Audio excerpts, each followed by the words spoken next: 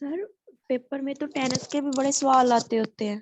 बेटा अभी हम टेनिस पढ़ेंगे तो टेनिस को इंशाल्लाह वो भी क्लियर हो जाएगी। सर किक ऑफ का भी एक बार बताइएगा प्लीज। जी मैं किक ऑफ दोबारा बता देता हूँ।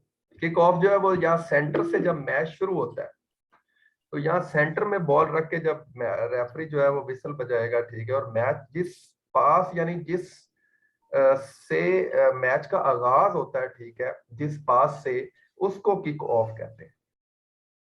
Sir of side.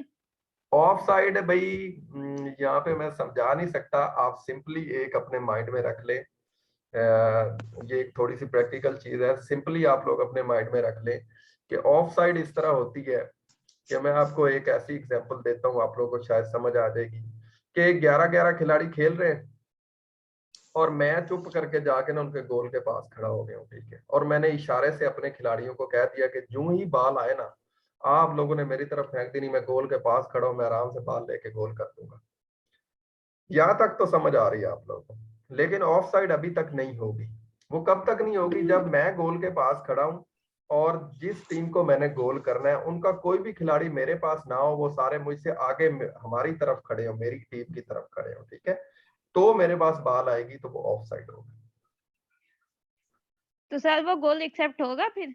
बेटा वो तो फाउल हो जाएगा ना, ऑफ साइड फौरी विसल बजा देगा रेफरी, ठीक है, जो ही मेरे पास बॉल आएगी। इसका मतलब ये हुआ कि बॉल आपने लेके जाना है पास पास करके, ऐसे नहीं होता कि एक बंदा वहां चुप करके खड़ा हो और गोल कर दे, ठीक है। तो ये बनाया इसीलिए गया था, स्टार्ट में ये नहीं था, तो ऐसे ही लोग गोल कर देते हैं, ठीक है, फिर इस फाउल को इंक्लूड किया गया था। जी सर। बताइए जी कोई सवाल आप इसको क्लियर करें फिर हम आगे चलते हैं, ठीक है। कोई आपका क्वेश्चन है तो आप अभी कर लें। सर मैं पूछती आपने ना शायद हैंड फ्री लगाया हुआ है, ये हैंड फ्री की वजह से इरिटेशन होती है। अगर आप हैंड फ्री उतार देंगे तो कोई मसला नहीं होगा ज्यादा। फ्री लगाया था, ट्रैपिंग का पूछ रही मैं। जी जी बोले। सर ट्रैपिंग रिपीट कर दें। जी ट्रैपिंग जो है कोई ज्यादा मसला नहीं है। ट्रैपिंग दरअसल होता है बाल को दो किस्म के, ये दो किस्म का इसका कॉन्सेप्ट है। नंबर 1 कॉन्सेप्ट ये है कि आप बाल आ रही है और आपने बाल को ऐसा से क्या कर दिया, दूसरे प्लेयर को पता ही नहीं चलने दिया और आपने उसको यानी धोखा दिया है, डॉज किया है और हल्का सा टच दे के आपने बाल दूसरी तरफ फेंक दिया, ठीक है, अपने प्लेयर की तरफ उसको पास दे दिया डॉज करके, ठीक है। एक तो ये है। दूसरा ट्रैप फुटबॉल में ये भी होता है कि बाल आई है तेजी से आपकी तरफ और आपने टांगों की बजाय अपने चेस्ट पे, अपनी थाइज पे बाल आपने रोक ली है, ठीक है। इस तरह भी प्लेयर बाल आती है तो उसको रोक लेते हैं। हेड से आपने बाल रोक लिए, समझ आ रही है, तो इसको ट्रैप कहते हैं। जी आप क्वेश्चन कर सकते हैं। 1 मिनट और है फिर हम नेक्स्ट स्टार्ट करेंगे। सर इसमें भी पेनल्टी स्ट्रोक होता है? नहीं बेटा, पेनल्टी स्ट्रोक ओनली एक टर्म है जो कि यूज की जाती है हॉकी के अंदर, ठीक है। जब हॉकी इंशाल्लाह हम पढ़ेंगे तो उसमें आपको मैं बता दूंगा। जी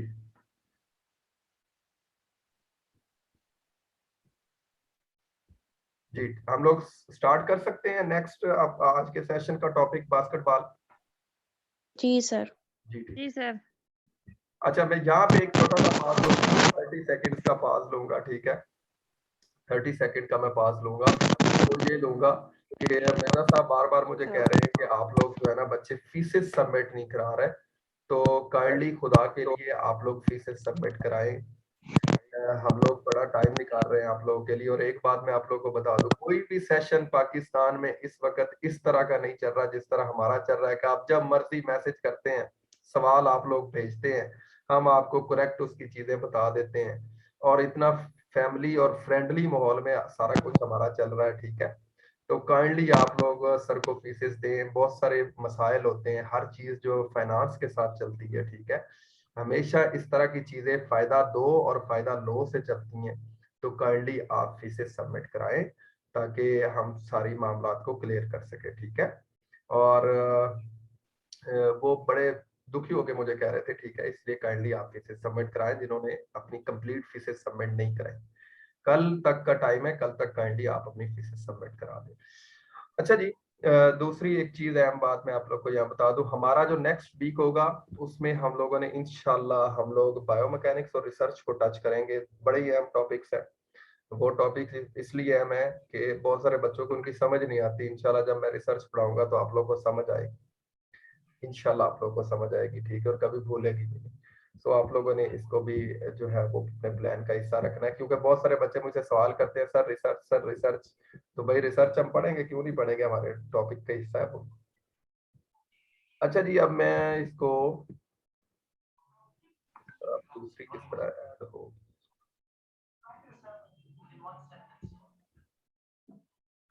अच्छा मिसबा, साइमा और शबाना अपने माइक ऑफ कर लें प्लीज।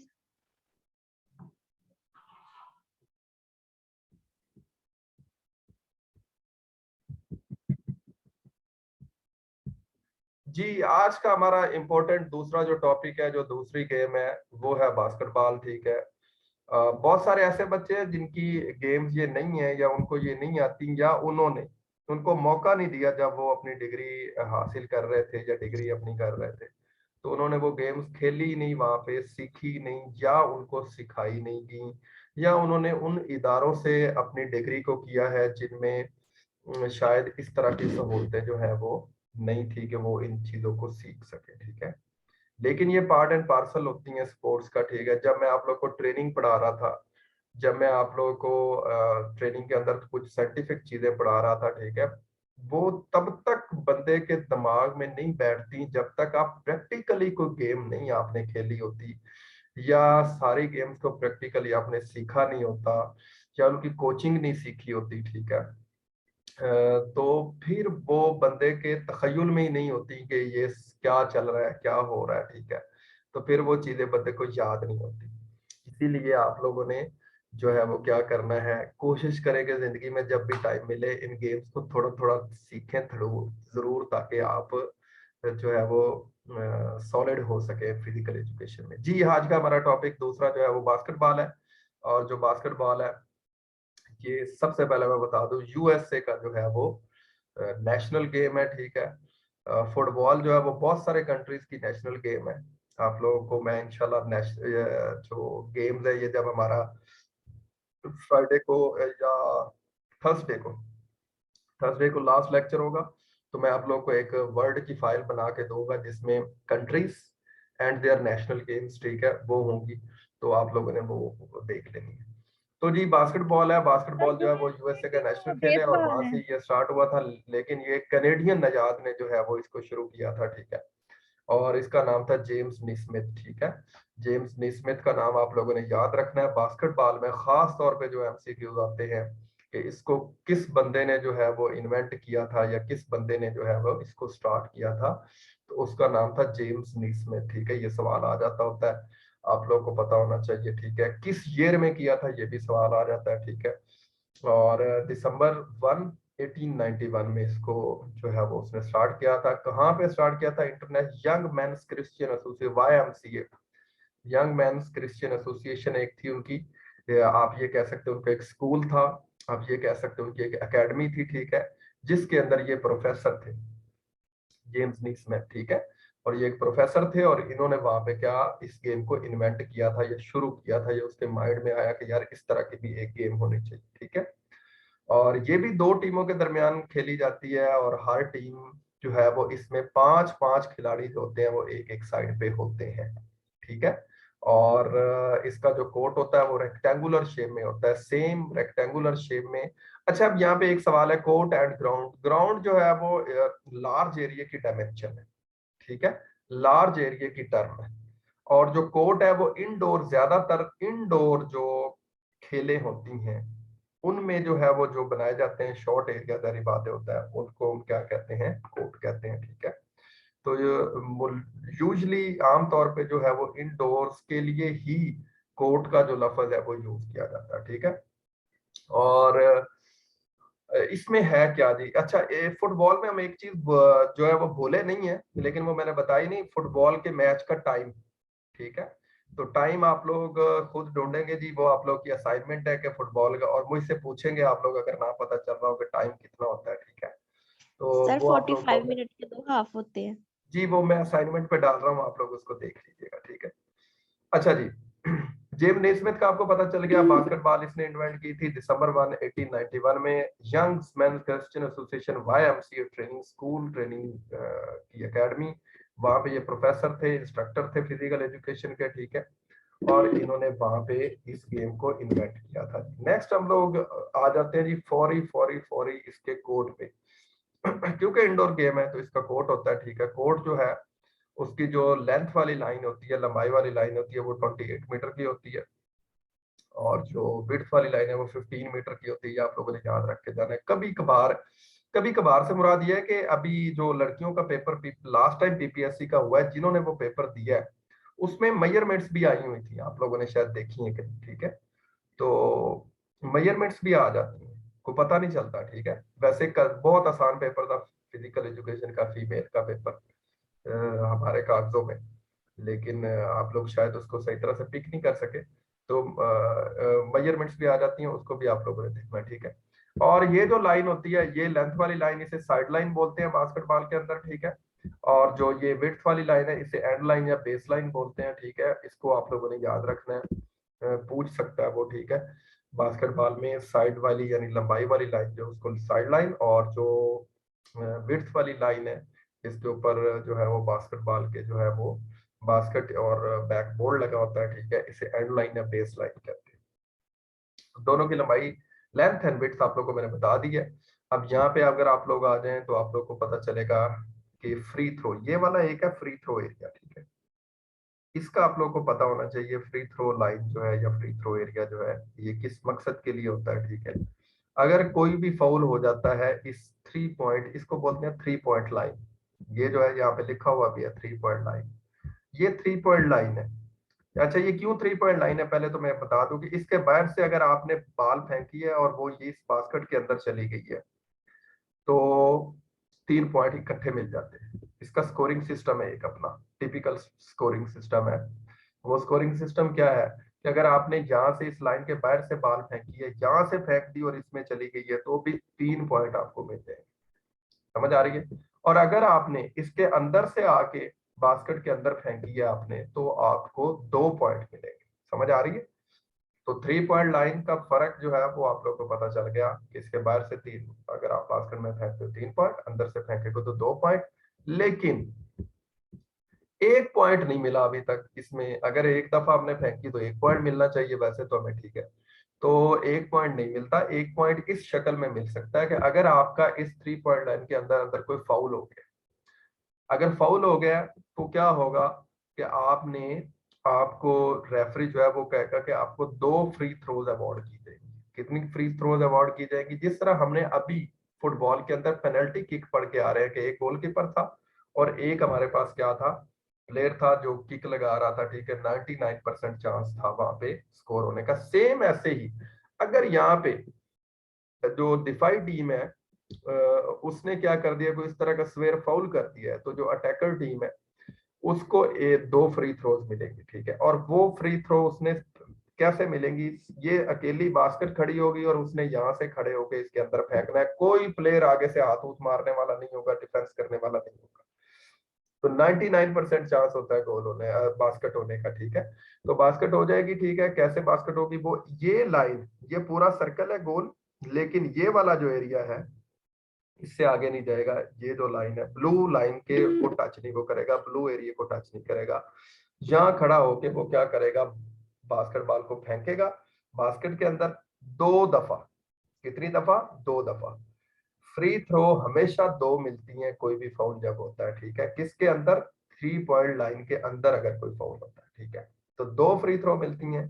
अगर एक दफा उसने फेंक दिया उसके अंदर तो 1 पॉइंट, अगर दूसरी दफा भी उसने फेंक दिया तो 2 पॉइंट मिल जाएंगे, ठीक है।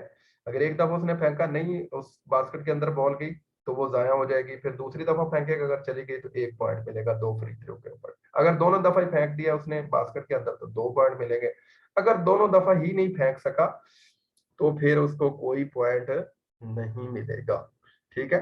और ये जो 3 पॉइंट लाइन है इसको किस तरह मेजर करते हैं? ये मेजर करने के लिए इसको 6.75 मीटर जो है ये लंबी होती है। अगर आपने ये कभी लगानी पड़ जाए तो आपने अपना जो मेजरिंग टेप है उसको 6.75 मीटर खोलना है तो और उसको घुमा देना है, ठीक है। तो इस तरह, लेकिन आपने पूरा नहीं घुमाना, आप लोगों ने ये वाला जहाँ पे वो सीधी हो जाए वहां पे रोक देना और फिर यहाँ पे नीचे मिला देना, तो ये लग जाएगा, ठीक है।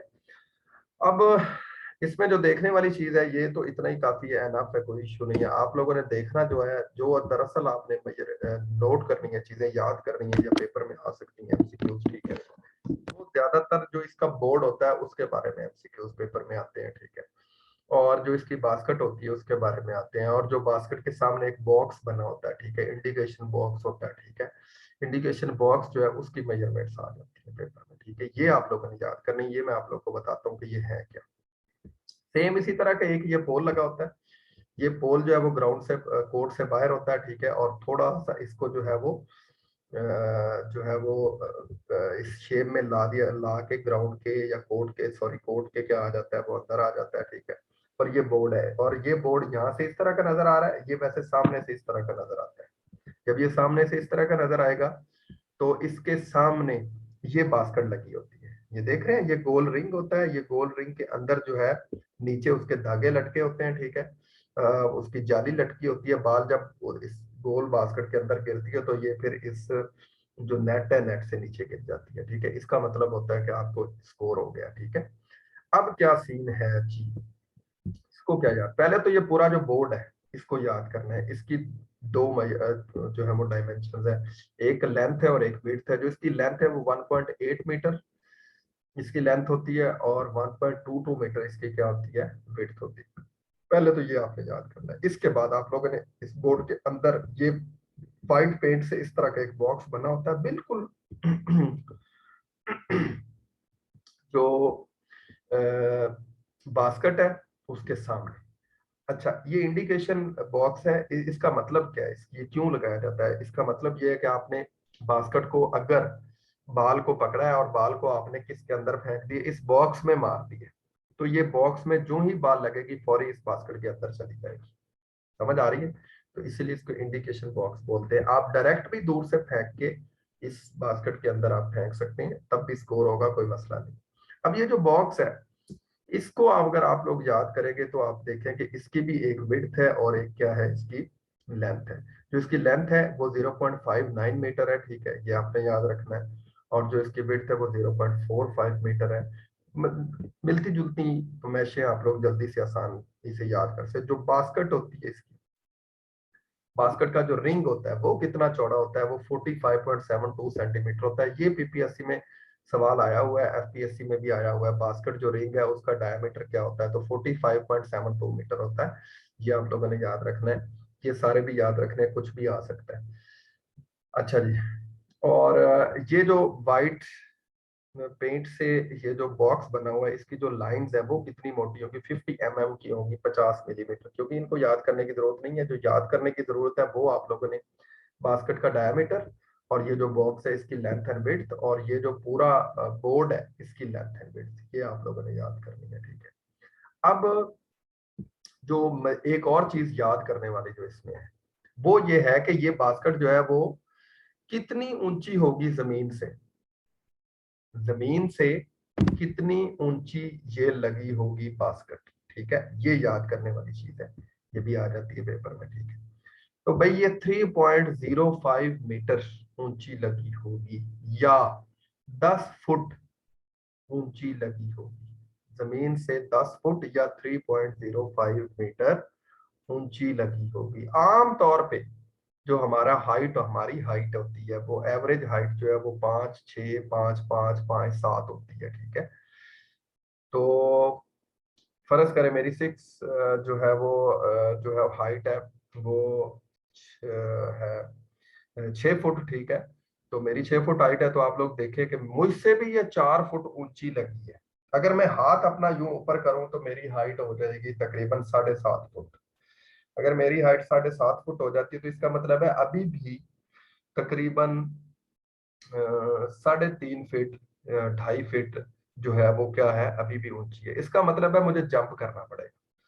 तो जंप करके अगर मैं बाल लेके जा रहा हूं, मैंने दूर से नहीं फेंक रहा इसके अंदर फेंकने के लिए, तो मैं क्या करूंगा, जंप करके इसके अंदर बॉल फेंक सकता हूँ। उसे वैसे एक स्पेसिफिक टर्म है इसके लिए, डंक।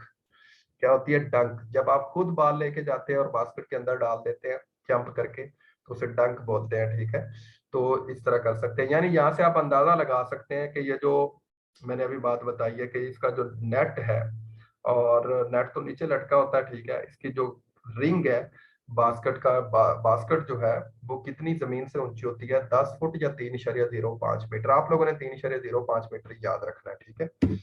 नेक्स्ट हम लोग चलते हैं जी, बॉल, जिस बॉल से हम लोग खेल रहे हैं उसका क्या सीन है, उसका कितना डायमीटर होता है, ठीक है। तकरीबन इस शक्ल की होती है। मैंने आज भी प्रैक्टिकल बच्चों को कराया बास्केटबॉल का, ठीक है। सेकेंड ईयर के बच्चों को उनका सिलेबस था, प्रैक्टिकल हमारे स्टार्ट हो चुके हैं। मैं उनकी भी वीडियोस बना रहा हूँ, वो फ्री टू वॉच होंगी, ठीक है।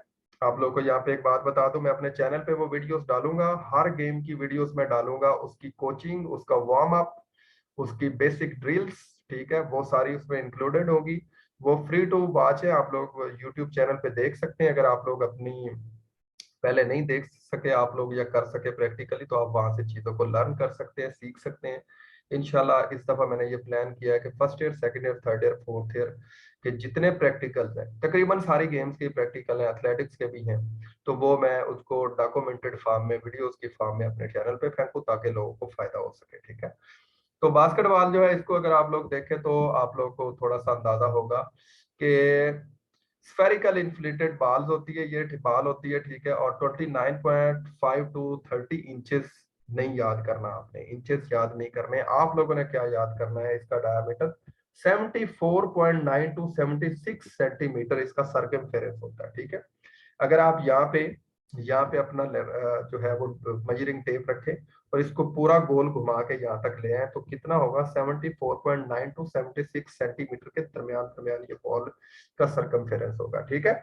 वेट जो है उसको ऑन्सेस में याद नहीं करना, 1 ऑन्स जो होता है वो 28.5 ग्राम के बराबर होता है।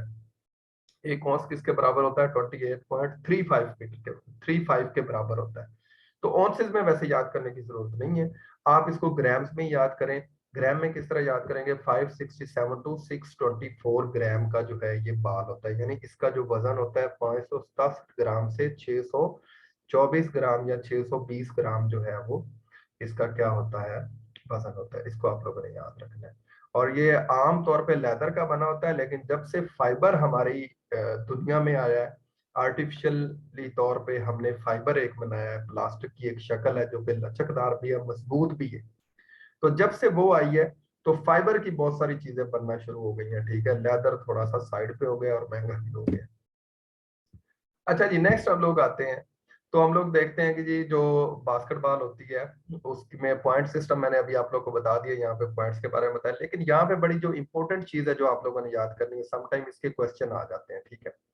अब मैं बता, इसको आप लोगों ने समझना है, असल में जो समझने वाली आज की बात है, इसमें 4 जो है ना वो टाइम के लाज है। टाइम के लाज है। टाइम के किस तरह लाज है कि 4 चीजें ऐसी हैं, 4 कवानीन ऐसे हैं जो टाइम बेस्ड है, उनमें टाइम का ख्याल रखना बड़ा जरूरी है, ठीक है। तो कौन कौन से वो 4 हैं जी, 3 सेकंड का ला है, ठीक है, और इसके बाद 5 सेकंड ला है, ठीक है, और इसके बाद जो है वो 8 सेकंड ला है, ठीक है। इन लॉज का आप लोगों को पता होना चाहिए, जिनकी तो बास्केटबॉल गेम है उनको तो इनका पता होगा, जिनकी नहीं है उनको पता होना चाहिए, बल्कि जिनकी है उनको भी पता होना चाहिए। तो 3 सेकंड जो लॉ है ये क्या होता है, चलें जी हम लोग दोबारा चलते हैं इसके कोड पे। 3 सेकंड लॉ समझने के लिए हम लोग आ गए जी कोड पे। अगर आप इस स्लाइड पे आ गए हैं तो आप लोग को अंदाजा हो जाएगा कि 3 सेकंड लॉ भी समझ आ जाएगा। अगर आपको मेरा ये एरो नजर आ रहा है, भाई कोई बच्चा मुझे बताएगा ये एरो मेरा आप लोगों को नजर आता है, ये वाला एरो? जी सर, आ रहा है, आ रहा है ओके, सर। अच्छा जी, ये जो एरो है अगर आप देखें, ये यहां से लेकर ये ब्लू एरिया जो है, कौन सा एरिया, ये ब्लू एरिया, ये जो सारा ब्लू एरिया है, ये ब्लू क्यों किया गया है, ये आप सवाल भी कर सकते थे, ठीक है, लेकिन आप लोगों ने नहीं किया, मैं बता देता हूं। ब्लू एरिया है, इसको बोलते हैं रिस्ट्रिक्टेड एरिया। क्या बोलते हैं, रिस्ट्रिक्टेड एरिया, गैर ममनुआ इलाका। अच्छा जी, ये गैर ममनुआ इलाका क्यों है, ये इसलिए है भाईजान कि इसके अंदर 3 सेकंड से ज्यादा कोई भी प्लेयर, चाहे मुखालिफ टीम का हो यानी चाहे हमलावर टीम का हो चाहे डिफेंसिव टीम का हो, ठीक है, कोई भी प्लेयर 30 सेकंड से ज्यादा यहाँ पे खड़ा नहीं हो सकता। This is the 3 second law, और रिस्ट्रिक्टेड एरिया इसको बोलते हैं। इसमें 3 सेकंड से ज्यादा कोई प्लेयर जो है वो खड़ा नहीं हो सकता। ठीक है जी, ये तो है जी 3 सेकंड लॉ। ये मैंने 7 पिक्चर इसीलिए लगाई हुई है कि 4 क्लॉक 5 क्लॉक जो है बास्केटबॉल का जो इंडोर अरीना होता है, इंडोर अरीना के अंदर या जिम्नेजियम के अंदर 4-5 जो है वो क्लॉक लगे होते हैं विद अलार्म, क्लॉक प्लस उनके अंदर अलार्म भी लगा होता है। ठीक है, अब ये करते क्या है, ये चेक कर रहे होते हैं 3 सेकंड का एक क्लॉक होता है, एक 5 सेकंड का, एक 8 सेकंड का, एक 24 सेकंड का, और जो 5वां होता है वो जो टोटल मजमूई मैच चल रहा है, ठीक है, 10-10 मिनट के 4 जो क्वार्टर्स हैं, 40 मिनट का टोटल मैच है, ठीक है, उनको वो तो उस पे टोटल टाइम चल रहा होता है। ठीक है, तो ये क्लॉक जो है वहां पे लगे होते हैं। इसके बाद है जी 5 सेकंड लॉ। 5 सेकंड लॉ जो है इसको आप लोग इजीली समझ जाएंगे, कोई मसला नहीं है। अच्छा जी, बास्केटबॉल में ना, अगर आपने बास्केटबॉल हाथ में पकड़ी है और आप लेके भाग पड़े, ठीक है, तो फाउल है। क्या है? फाउल है। अगर आपके हाथ में बास्केटबॉल, ये आपने पकड़ ली हाथ में बास्केटबॉल फर्ज करें, और दोनों हाथों से आपको किसी ने पास दिया है, ये आपने दोनों हाथों से बाल पकड़ ली है, पकड़ने के बाद आप ऐसे ही लेके भाग पड़े तो फाउल है। आप कितना दूर जा सकते हैं? आप ओनली 1 स्टेप, एक स्टेप आप खोल सकते हैं अपने पाँव का। एक पाँव आपका जमीन पे रहेगा, खड़ा रहेगा, दूसरा पाँव आप आगे रख सकते हैं या पीछे रख सकते हैं। इससे आगे आप बाल नहीं लेके जा सकते बास्केटबॉल, लेकिन आप लेके भी जा सकते हैं। कैसे लेके जा सकते हैं? अगर आप बाल को इस तरह एक हाथ से ड्रिबल करें, ड्रिबल का क्या मतलब है इसमें, एक हाथ से बाल को उछालते हुए आप अगर आगे की तरफ चलते जाएं तो आप ले जा सकते हैं, कोई मसला नहीं है। ठीक है, अच्छा अब हुआ क्या, इसको समझे। क्या समझे? बॉल आई आपके पास, आपने अपने हाथ से पकड़ी, पकड़ने के बाद आपने क्या किया, एक हाथ से आपने ड्रिबल करना शुरू कर दिया और आप बाल इधर उधर लेके जा रहे हैं। लेकिन एक मौका ऐसा आया कि आपने दोनों हाथों से बाल पकड़ लिया और अब आपने क्या करना है, किसी को आपने पास देने की कोशिश की, लेकिन आप पास नहीं दे पाए, आपके हाथ में ही बाल अभी है। अब आप दोबारा ड्रिबल नहीं कर सकते, फाउल है। अब आपको हर सूरत वहां खड़े खड़े पास करना होगा। अब हर सूरत जब आपको पास करना होगा तो कितने सेकंड तक आप ड्रिबल करने के बाद जब दोनों हाथों से बाल पकड़ेंगे तो अपने पास रख सकते हैं? ओनली 5 सेकंड आप अपने पास बाल रख सकते हैं। 5 सेकंड्स के अंदर अंदर आपको क्या करना होगा, बाल को पास करना होगा अपने किसी खिलाड़ी को। तो दिस इज 5 सेकंड लॉ। समझ आ रही है? नेक्स्ट हम लोग चलते हैं जी, हमारे पास है 8 सेकंड लॉ। 8 सेकंड लॉ के लिए दोबारा मुझे कहाँ पे आना पड़ेगा, बास्केटबॉल कोर्ट के अंदर आना पड़ेगा। जब मैं बास्केटबॉल कोर्ट में आया तो 8 सेकंड लॉ क्या है? 8 सेकंड लॉ ये है कि ये 2 हाफ है, एक टीम इधर है एक टीम इधर है, तो ये जो 2 हाफ है, इस हाफ से 8 सेकंड के अंदर अंदर बाल आपको अपने हाफ से दूसरे हाफ में लेके इंटर होना है, हर सूरत इंटर होना है, चाहे आप पास दे दे के इंटर हो, चाहे आप बाल को ड्रिबल करते हुए इंटर हो। इस बात की समझ आई है कि आपने अपने हाफ से दूसरे हाफ में 8 सेकंड में इंटर होना है, नहीं तो फौरी क्लॉक चल जाएगा, फाउल हो जाएगा। 24 सेकंड लॉ क्या है जी? दोबारा मुझे कोर्ट के अंदर आना पड़ेगा।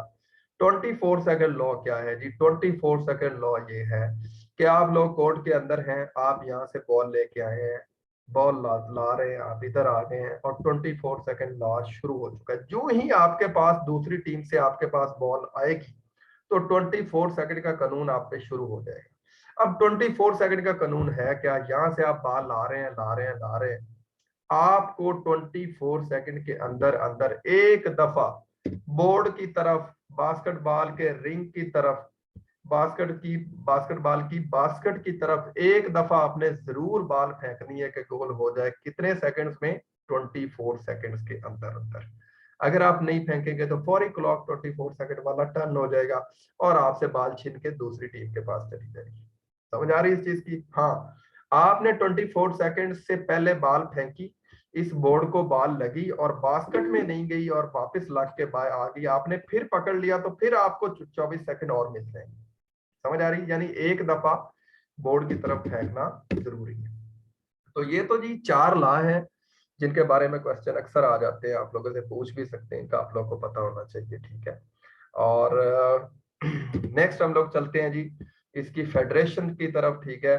तो बास्केटबॉल की जो फेडरेशन है उसे इंटरनेशनल फेडरेशन बास्केटबॉल फेडरेशन बोलते हैं, इंटरनेशनल बास्केटबॉल फेडरेशन, FIB या फीबा भी इसे बोलते हैं, ठीक है।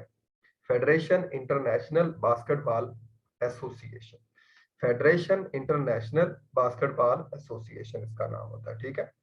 और सबसे ओलंपिक्स में देखें जो सवाल आ जाता है, ओलंपिक्स में 1936 बर्लिन ओलंपिक्स, जर्मनी का कैपिटल बर्लिन, आई थिंक, हाँ जी, बर्लिन के अंदर ओलंपिक्स हुई थी, ठीक है।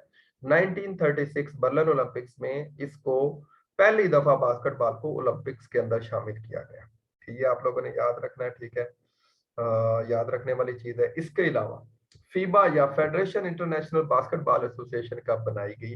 ये इसकी गवर्निंग बॉडी है, पाकिस्तान में भी मैचेस इसी के तहत होते हैं, पूरी दुनिया में इसी के तहत इंटरनेशनल मैचेस होते हैं, ठीक है। ये 1932 में बनाई गई, ठीक है। और इस वक्त 212 कंट्रीज जो है वो इसका हिस्सा है। नेक्स्ट हम लोग चलते हैं जी इसकी टर्म्स की तरफ, टर्मिनोलॉजीज की तरफ। टर्मिनोलॉजीज में सेम वही असिस्ट है, बैकबोर्ड है, आप लोगों को पता है, अभी बैकबोर्ड में बता के आ रहा हूँ, बास्केट भी बता के आ रहा हूँ, ब्लॉक नहीं बताया। ब्लॉक ये है कि आप बाल लेके जा रहे हैं, अगर आगे से कोई बंदा खड़ा हो गया ऐसे हाथ कर लेता है, कहता है जी मैंने नहीं गुजरने देना, ठीक है, और आप उसके अंदर जाके लगते हैं तो ये ब्लॉक है, ये फाउल होता है। बाउंस है, बाउंस क्या है, आपने बाल को ऐसे ऐसे करके ले जा रहे हैं जो बाल है, इसको बाउंस बोलते हैं। बाउंस पास क्या होता है, ये इंशाल्लाह मेरी जल्दी इस पे वीडियो आ जाएगी, आज मैंने इसका एक वीडियो बनाई है, उसकी एडिटिंग जारी है। तो बाउंस पास ये होता है वैसे कि आपने जमीन के ऊपर बाल को मारा है, ठीक है, और बाल नीचे लग के आपके बंदे के पास चली गई है, पास हो गया। चेस्ट पास है, आपने बाल को फेंका है सीधा चेस्ट की तरफ, ठीक है, तो चेस्ट की तरफ उसने कैच कर लिया आपने, ये भी पास की एक टाइप है। डबल ड्रिबल है, डबल ड्रिबल है अगर आपने दोनों हाथों से बाल को ड्रिबल करेंगे और आगे चलेंगे तो ये फाउल है, डबल ड्रिबल फाउल है, दोनों हाथों से आप नहीं कर सकते। ड्राफ्ट क्या है जी, ड्राफ्ट पता नहीं क्या है जी, ठीक है। ड्रिबल जी, ड्रिबल वही है, ड्राइव आगे बढ़ना, ठीक है, आगे आप बाल लेके जा रहे हैं, ठीक है, एक्सीड भी आगे की तरफ जाना है, फाउल है इसमें, फ्री थ्रो है, बहुत सारी चीजें ऐसी जो आप लोग को याद करने की जरूरत नहीं है, और बहुत सारी ऐसी चीजें जिनको आपको पता होना चाहिए। तो पोसेशन है, रेफरी है, रिबाउंड है, सेट शॉट है, स्लाम डंक है, डंक मैंने अभी आप लोगों को बताया है। ले अप शॉट जी, ले अप शॉट मैंने अभी आपको नहीं बताई, ले अप शॉट क्या है ये जरूरी है, ये आपको पता होना चाहिए। अगर आप दोबारा हम कोर्ट पे आते हैं, कोर्ट में जब आप आते हैं, ठीक है, आप जहाँ से भागे हैं, भागते भागते आप गए और आपने जंप किया, ठीक है, और बाल फेंक दी है, बाल जंप करके पास से ही बाल ऐसे फेंक दिया है और बाल बास्केट के अंदर चली गई, तो इसे ले अप शॉट बोलते हैं, और आपको पता है इस पे 2 पॉइंट मिल जाने आपको। और एक पिवट प्लेयर भी इसमें होता है। पिवट जो है, पिवट प्लेयर के बारे में क्वेश्चन आ जाता है, अगर यहाँ पे नहीं भी है तो मैं बता देता हूँ। सेंटर, इसमें जो प्लेयर्स की पोजीशन होती है, एक सेंटर में हमेशा प्लेयर खेलता है, ठीक है, जो साइडों पे पास देता है, ये पीछे देता है, उसे पिवट प्लेयर बोलते हैं, ठीक है। और ये पिवट प्लेयर की स्पेसिफिक टर्म जो है वो बास्केटबॉल के खेल में यूज की जाती है, आपको पता होगा। जब आप सवाल कर सकते हैं अभी आप लोग। सर रिस्ट्रिक्टेड एरिया के अंदर से गोल हो सकता है, जी मतलब जी बास्केट हो जाए? जी जी, वहां से आप बास्केट करें, 2 पॉइंट मिलेंगे आपको, कोई मसला नहीं। और सर न्यूट्रल जोन कौन सी होती है? न्यूट्रल जोन इधर दी हुई है इसके अंदर। नहीं सर, पढ़ी थी, समझ नहीं आई थी किसी जमाने में। बस वो फिर उस जमाने से अब नया जमाना आ गया, ठीक है। न्यूट्रल जोन यहाँ पे वैसे कोई भी नहीं होता, ठीक है, मैंने नहीं अभी तक पढ़ा, शायद आपने पढ़ा हो तो मुझे उसकी पिक्चर सेंड कीजिएगा, मैं मजीद उसको देख लूंगा, बल्कि मैं अभी देख लूंगा, आपने मेरे माइंड में बता दिया, इंशाल्लाह ये आपको पता चल जाएगा जी। सर रेफरी और एम्पायर में क्या फर्क होता है? हाँ जी, रेफरी और अंपायर में बड़ा फर्क होता है जी। मैं बताता हूँ जी, रेफरी जो होता है वन एंड ओनली ऐसा बंदा होता है जिसके पास सारी अथॉरिटीज होती हैं, ठीक है, वो किसी भी टाइम खड़ा खड़ा जो मर्जी सजा दे ले, लेकिन अंपायर जो होते हैं वो सजा नहीं दे सकते, उनके लिए बाहर एक चीफ रेफरी बैठा होता है, हेड रेफरी, जो मैच होने के बाद फैसला करता है सारी चीजें देख के। तो ये इन दोनों का फर्क है। सर टेक्निकल फाउल क्या होता है? अच्छा जी, टेक्निकल फाउल जो है इसमें बास्केटबॉल में होता है, ये मैंने वैसे अभी बताया नहीं है। टेक्निकल फाउल जो है इसमें 5 फाउल, अच्छा इसमें एक पर्सनल फाउल भी होता है, वो भी मैं आप लोगों को नहीं बताया, क्यों वो चीजें मैंने इसलिए नहीं बताई क्योंकि शायद पेपर के लिहाज से वो अहम नहीं है। तो एक पर्सनल फाउल होता है। पर्सनल फाउल ये है कि अगर एक बंदे के 5 फाउल हो जाते हैं इसमें बास्केटबॉल में, ठीक है, तो वो बंदा परमानेंटली बाहर हो जाएगा, 4 प्लेयर से टीम खेलेगी, जो कि बहुत बड़ा नुकसान होता है टीम को, ठीक है। और जो टेक्निकल फाउल है, टेक्निकल फाउल में ये होता है कि आपने किसी भी प्लेयर को जो है वो हिट कर दिया है, ठीक है, और तो डिलिबरेटली, जानबूझकर, ठीक है, तो वो टेक्निकल फाउल में आता है। या आपने टाइम जो है वो रेफरी को फॉलो नहीं किया, ठीक है, तो फिर भी उसमें आता है। आपने टाइम क्लॉक को फॉलो नहीं किया, वो भी टेक्निकल फाउल में आता है, ठीक है। टेक्निकल फाउल में और बहुत सारे फाउल शामिल है जी, वो भी डिटेल सर और भी। टेक्निकल फाउल में फाउल जी बोले, सर जी इसके बोले। साथ एक जाती फाउल भी लिखा होता है, एक टेक्निकल फाउल और एक जाती फाउल। जाती फाउल मैंने बता दिया, पर्सनल फाउल अगर 5 हो जाएंगे एक बंदे के तो वो बाहर हो जाएगा, ठीक है। बाकी सारे फाउल जो होते हैं वो टेक्निकल फाउल ही होते हैं, सिवाय एक बंदे के सर ये 5। कितने मिनट का होता है? कितने मिनट का होता है टेक्निकल फाउल? जी जी बेटा, सेकंड टेक्निकल या मिनट? फाउल मिनट का नहीं होता, टेक्निकल टाइम जो होता है वो होता है 1 मिनट का होता है, ठीक है। वैसे जो जी टेक्निकल फाउल है वो 1 मिनट का होता है, और उसमें 1 मिनट के लिए प्लेयर बाहर चले जाते हैं, वो रेफरी देता है आपको, ठीक है। और इसमें एक जो टाइम होता है वो टीम टाइम आउट भी होता है, एक टेक्निकल टाइम आउट, एक team time out. Technical time out referee देता है, और जो जो कि एक क्वार्टर में एक दफा आप ले सकते हैं, 10 मिनट का क्वार्टर होता है। और जो टीम टाइम आउट है वो आपका कोच ले सकता है। फर्ज करे आपको बास्केट हो रही है, आपके टीम बिल्कुल फेडअप हो चुकी है, थक गई है, ठीक है, या मेंटली तौर पे थक गई है, मेंटली तौर पे उनकी बॉडी लैंग्वेज जीरो हो रही है, ठीक है, तो फौरी कोच टीम टाइम आउट लेगा। एक क्वार्टर में एक ले सकते हैं, 1 मिनट के लिए आप सारे प्लेयर्स को बकअप करेंगे, मोटिवेट करेंगे, और आप अंदर भेज देंगे दोबारा से जी। सर इस गेम में पॉइंट मिलते हैं या स्कोर? अच्छा इसमें अच्छा इसमें स्कोर इसमें नहीं ये है है। कि स्कोरिंग सिस्टम होता है, स्कोर मिलते हैं, पॉइंट्स नहीं मिलते, ठीक है। स्कोर मिलते हैं, मैंने अभी आपको बताया कि आप 3 पॉइंट स्कोर है, 3 पॉइंट लाइन के बाहर से करेंगे, 2 पॉइंट है आप कहीं भी अंदर से बास्केट में फेंकेंगे, और एक भी आपको मिल सकता है जब आपको 2 फ्री। सर इसमें विनिंग पॉइंट कितने हैं, कहाँ से कहाँ तक? कोई विनिंग पॉइंट नहीं है बेटा, 10 मिनट के 40 मिनट का मैच होता है। आप 10 मिनट पहले क्वार्टर होता है, उसमें 2 मिनट की ब्रेक होती है, फिर 10 मिनट का क्वार्टर होता है, तो 20 मिनट हो गए, हाफ हो गया, फिर 5 मिनट की ब्रेक होती है, फिर 10 मिनट के हाफ, और फिर 10 मिनट का हाफ और 2 मिनट की ब्रेक।